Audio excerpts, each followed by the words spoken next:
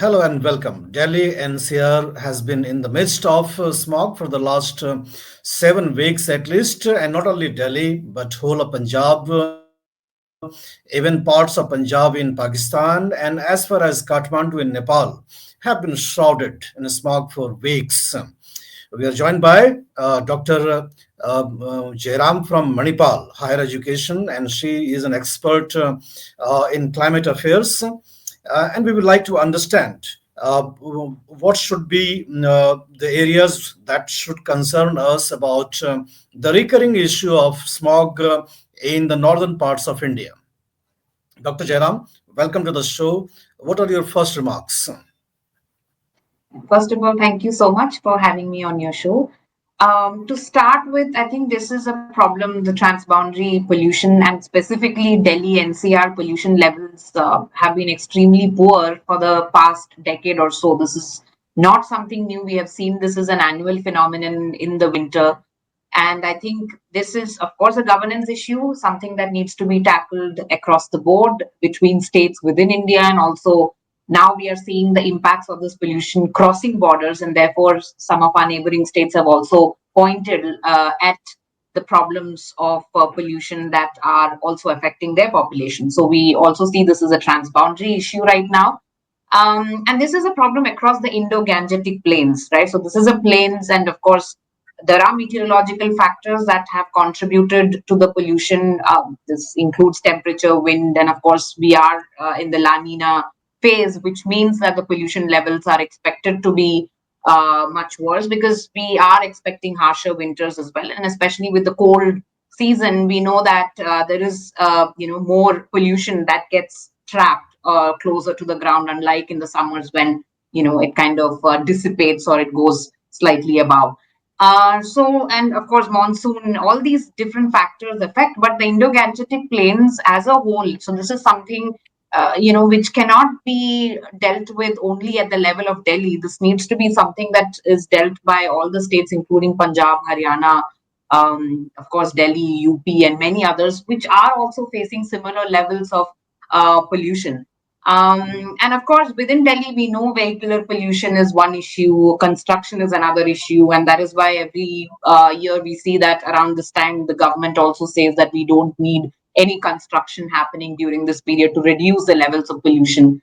But that itself may not be the long-term solution, or just spraying water or installing these machines that can trap the pollution or absorb the pollution. These are not long-term solutions. We know that, and with many changes itself within policy and governance, we know that it is going to it is going to take an overhaul in how development issues are tackled within the region. Industrial pollution is an issue as well. So I mean, and this particular year we have seen increased levels of pollution, and we know that this has affected health. Particularly is a big factor that we cannot discount anymore, and we are seeing effects of the pollution on health, and particularly respiratory illnesses have gone up. We have also seen the number of deaths related to these respiratory cardiovascular kind of illnesses also going up in this region. So we need to take account of these changes, and we need to act on it. But yes, as I said, this is not something that one government or two governments can really tackle. This is something which requires a whole of government, whole of society approach to really build a more sustainable society and reduce the pollution levels in Delhi NCR, but also across the Indo-Gangetic plains. Dr. Jairam, you may not have seen a report. I hope that there is a high-rise society in Gurgaon that is called Gurugram now, where people arranged the groundwater and went to the roofs, and for about 4 hours they spread the they sprinkled the water to deal with the smog in which they had been living, and they found that the nearby jogis have been as a habit burning the waste, so they are holding camps there. So I would like you to reflect and tell us about what is this level of sensitivity on the part of the policymakers, and And how should the RWAs and the collective civil society respond to the crisis? Yeah, yeah. No, as you said, at one point that I missed out also about the stubble burning issue, which is again, something that we know that this is a problem, and we know that this is just at the beginning of the winter or when the winter is about to set in. That's when the stubble burning happens, and so there is a need for more sensitivity and incentives for the farmers to really not resort to stubble burning. There are other ways of course, there are solutions, but many of these solutions are very cost intensive as well. So, you need to also provide that support to the farming communities if they want to convert the waste into energy, or if there are, other ways like maybe, change the cropping patterns, which of course is a difficult thing to do, especially if you're dependent on this for your livelihoods, especially with many laws and legislations that have come before as well on farming, and agricultural ones have sort of incentivized more stubble burning than reducing it. So it's important that that incentives don't act as trade-offs, where you know that economically it's probably better to burn them rather than maybe converting it into something better, or just waiting it out, or some of these other solutions that may be there. But in terms of the Delhi population area that you were talking about, I think waste burning is an issue, right? So especially in winters, especially if you are burning waste, and we know that Delhi solid waste management is also in a huge mess, from what I have understood. Um, and many societies and residential associations and also industries are known to burn waste rather than manage it properly. So, so the overconsumption, sustainability in terms of reducing the consumption is a major, part of how pollution can be tackled, even at the household level or within a locality. I think, this, as I said, of course, a lot of it depends, as I said, on a complete regional sort of assessment and regional management of this issue. But some of it can be managed at the local level. That is why when you look at even the AQI levels within Delhi, there are some parts which are showing extreme levels of pollution, very dangerous levels of pollution, while others where there are, say, more trees, or maybe there's more green cover, shows like reduced levels of pollution. So yeah, like societies and communities and policymakers have a responsibility to increase green cover. That is, I think, one of the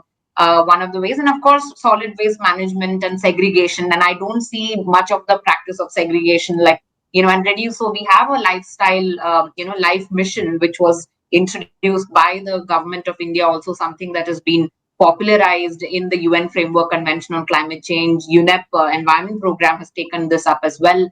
So lifestyle mission or life mission essentially looks at building sustainable lifestyles, reducing consumption.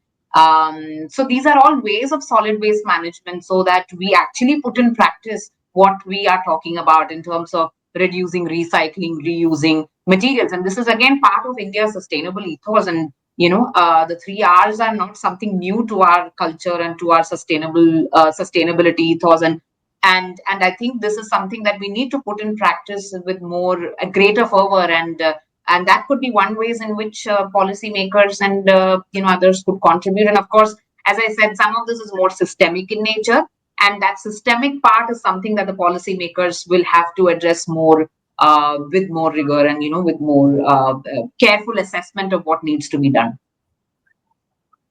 Dr. Jayaram, Niti Aayog, that is the principal think tank of the government, had come out with a policy paper which was basically adopted also, about incentivizing the farmers not to burn their residual crops. The stubble, they shouldn't be doing the stubble burning. But the experience from Punjab is very disappointing, though there is a kind of better result from Haryana. So, do you think this pattern of burning the stubble behavioral issue in some parts of the country, and because we don't see much of this in the southern parts of the country? Yeah. Punjab is definitely, it's an agricultural belt, right? So as you said, even the Punjab of Pakistan is an agricultural belt. And one of the problems is that, okay, we have laws in place, or we have, as you said, there are incentives that are being offered.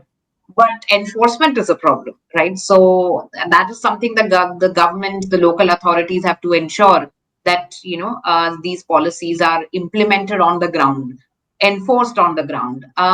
So again, from what I have understood is that there are legislations that incentivize stubble burning as well. You want to introduce crops like 3 times a year or even more if possible, and that means it's quick cultivation cycles. Like it's much more, the shorter cycles that are there.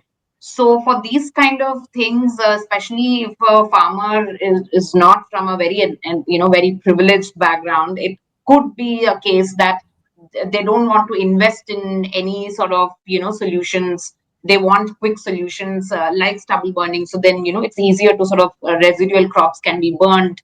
And again, over a period of time, there is also a question that many of them are so used to these traditional techniques, they are not in a mood to change these techniques overnight either. So this is possibly one of the reasons. But again, this requires a lot more efforts to understand what goes into the stubble burning, and why farmers adopt these methods more than maybe some other ways of doing it. Like I said, there were also incentives not to burn them at a particular time so that the level of pollution can be reduced.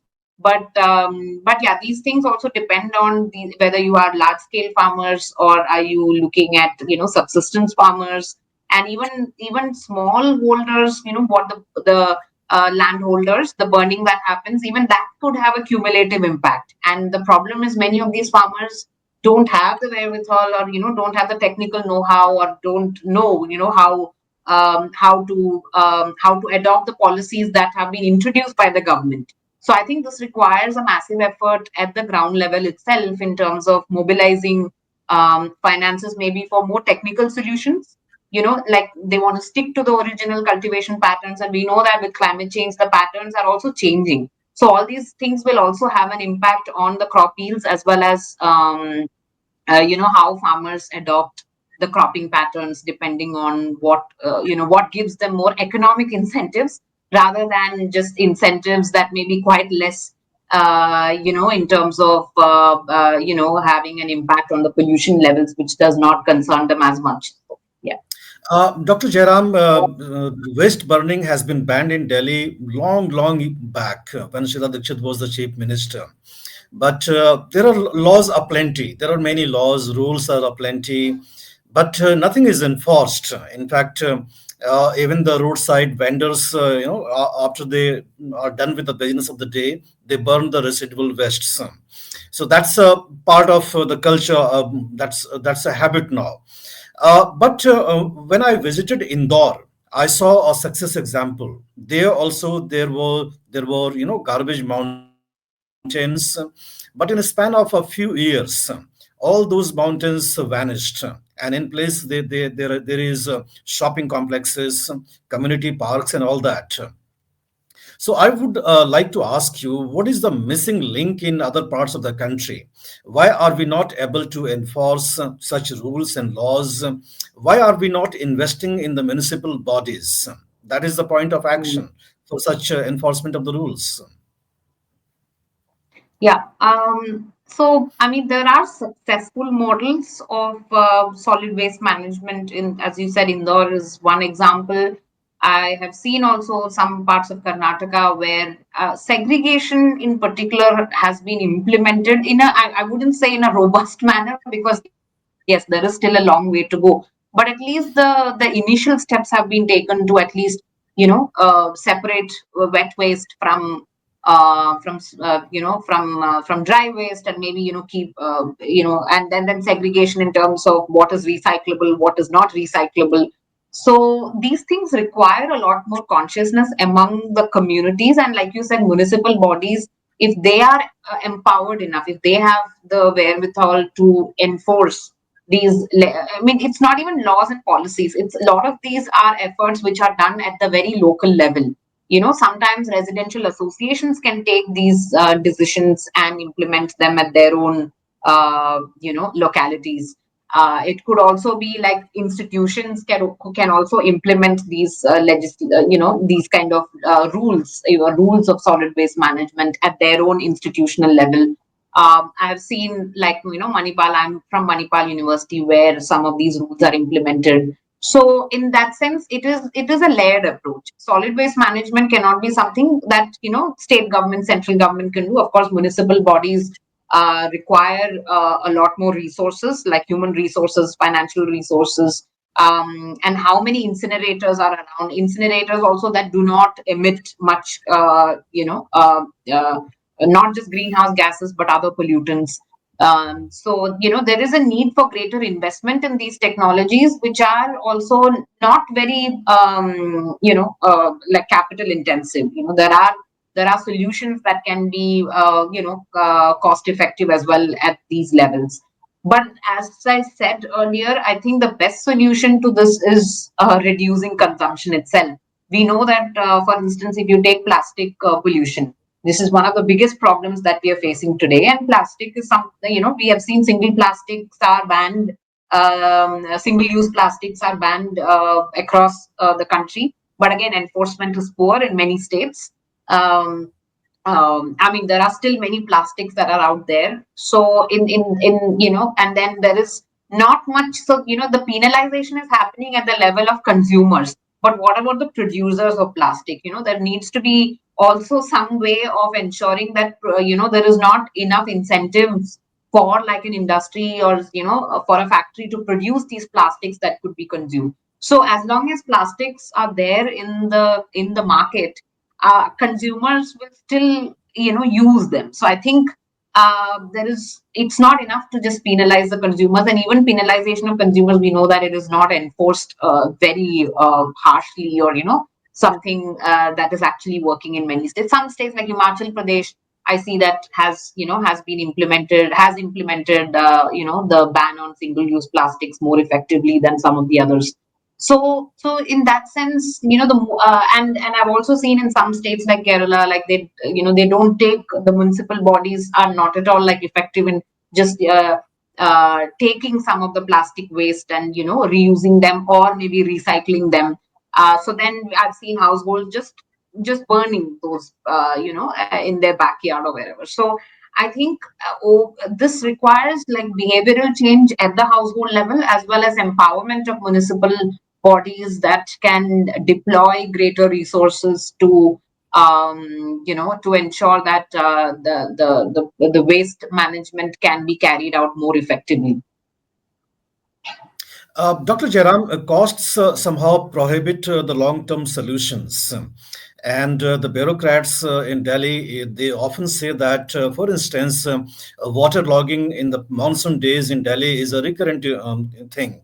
Delhi gets flooded. You may have seen the incidents of flooding even in the Lutyens, Delhi. They say that, okay, people can bear the pain for 2 weeks, 3 weeks, but the cost is too much for the government to bear. So, in this backdrop, for such long term solutions to be implemented, is there any way to get the finances from international agencies, now that we talk about COP29 concluding, and the funds being committed by the developed countries and the others, stakeholders? So, do you think that there is a way out to deal with the challenge of costs in accessing the long term solutions? I mean, there are two ways of looking at this. Now, of course, as you said, Delhi, now we recently are seeing the situation in Chennai. The whole city is flooded. We have seen this in Bangalore, we've seen this in Mumbai. So our cities are under deep distress. We have, especially the metropolitan cities are in deep distress, in the sense that the development planning so far has not really worked in favor of more like climate resilience. It has been more like very haphazard or unplanned development practices that have led us to this situation right now. Of course, a lot of it cannot be managed easily because the infrastructure is already built. Much of the floodplains or much of the coastal areas are already. Especially the coastal cities are already. We can see that these are already. Um, damaged to a large extent. Ecosystems like lakes and others have been encroached upon, wetlands have been encroached upon. So, so what we are seeing, and then much of course, the forests are, the tree cover has also been eroded. So of course, some of these things are, because of the planning that has gone into our city development over a period of time, which some of which will require, I don't know how we can reverse that, but however, we know that the cities that are now developing, like second tier, third tier cities, and some of them have been also assigned smart, as part of the smart cities mission. So there is a possibility, opportunity, I would say, to develop some of the other cities in a more planned manner that is more resilient to climate change. And again, of course, the costs are exorbitant in some cases, especially in the COP 29. We saw that the major argument which was put forth by developing countries, including India, is in the case of climate finance and the new quantified climate finance goal, which ran into a lot of disarray and a lot of debates as to how this would be implemented and if the money is enough and etc. I think the government of India and also state governments and others realize that the mobilization of finance through these COPs may not really work out. And we have seen that, again, this is not new. We have seen that since 2009, when the $100 billion promise was made by developed countries and they did not meet that target. So now we know that $1.3 trillion is what the developing countries asked for. Only 300 billion has been promised, and even that is not going to be enough, considering 300 billion is something that is for all developing countries in need for climate finance. So how much money will come into India, which is considered a more, it's an emerging economy, so developed countries are probably going to prefer giving money to least developed countries, island countries, and not as much to India, which is still more economically advanced as compared to some of the other developing countries.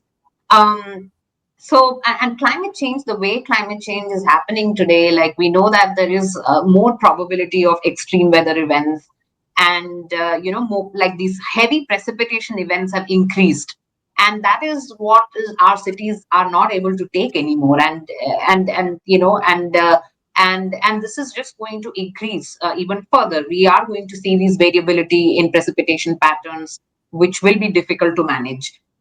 So yes, again, this requires. I mean, I don't know the metropolitan cities how they are going to manage this, because obviously you will have to, like in Bangalore, for instance. I know that some of the, if not the government itself, but at least the local bodies and some of the individual run associations and individuals themselves are now working on restoring the lakes, which could absorb some of these flood waters, which is very important for cities. Similarly, if other such efforts can be taken in Delhi, or where of course the governments need to take the lead, but also there is a possibility of if other stakeholders could also come together.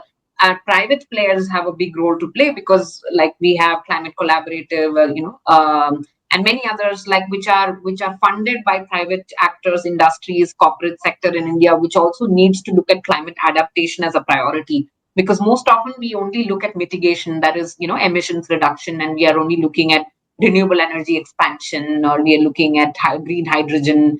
The fact of the matter is, much of India requires more of investments in adaptation, and that is not coming in as much as we need, actually. And cities in particular are heavily affected, but also, of course, we know that rural areas, in the agricultural sector, coastal areas, fishing communities, many others are also equally affected. So adaptation needs to be prioritized very urgently, and especially keeping in mind the changes in climate.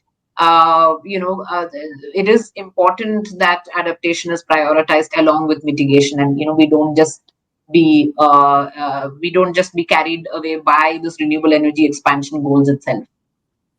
Dr. Jayaram, recently we saw a news report from the US about 100 or 1,000 scientists claiming that there is nothing like climate change. It's all nonsense, something of that sort. So there is a group of climate change skeptics also around the world. And do you think that with the return of Donald Trump as the president, since he had walked out of Paris Accord, we can see problems in whatever negotiations are taking place at the COP level?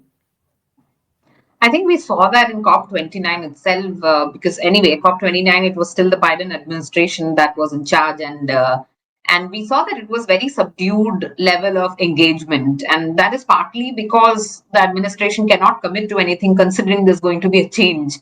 And I think, John Podesta and many others also pointed out the fact that, the Trump administration is likely to have much less focus. And of course, in campaigns, he has also made this comment that, yeah, the US is again going to pull out of the Paris Agreement, or there are not going to be any climate pledges, all these things. And of course, as you said, there's a renewed kind of,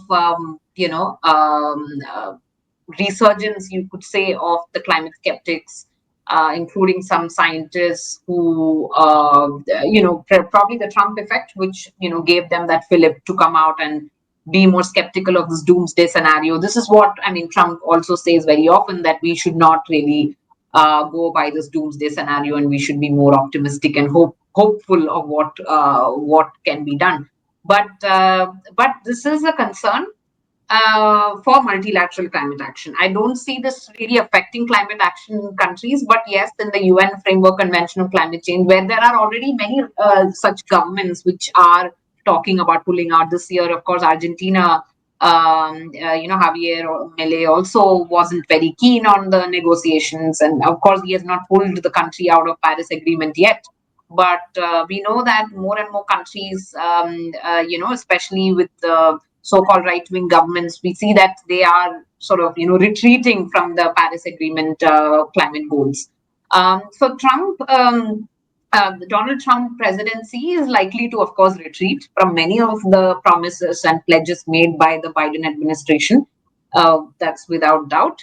But I think where there is not likely to be massive changes, especially where there are business opportunities, like electric vehicles, solar energy, these green hydrogen probably. So there are many areas where I would say that, the Trump administration is not likely to come down heavily. But of course, on fossil fuel phase down, or many of these other pledges, 1.5-degree target, I don't see him really committing much to those. But on some of the other factors, I would say there is a possibility that there is not going to be much of a backtracking, especially with also Elon Musk, very close to the administration, and within the administration, having invested so much in electric vehicles, I see that there are business opportunities for the United States to also bank on. And the other thing is, I mean, the United States, the way it functions is also the states have their own policies on climate change. So many states, of course, we have seen like a very overwhelming sort of Republican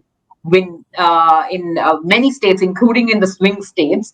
But we know that many of the states will continue to invest in climate policies within the United States, and will still continue to engage with the multilateral process in different ways. But one thing that I want to say is that with the possibility of the Donald Trump presidency sort of backtracking from the Paris Agreement goals, this is going to give another like geopolitical sort of momentum to countries like China, of course, European Union, and possibly India as well, to show the climate leadership at the international level. Because to say that we will continue to, especially China, would take this opportunity to project itself as a climate leader and say that irrespective of who is in power, or who's in power, or who's under the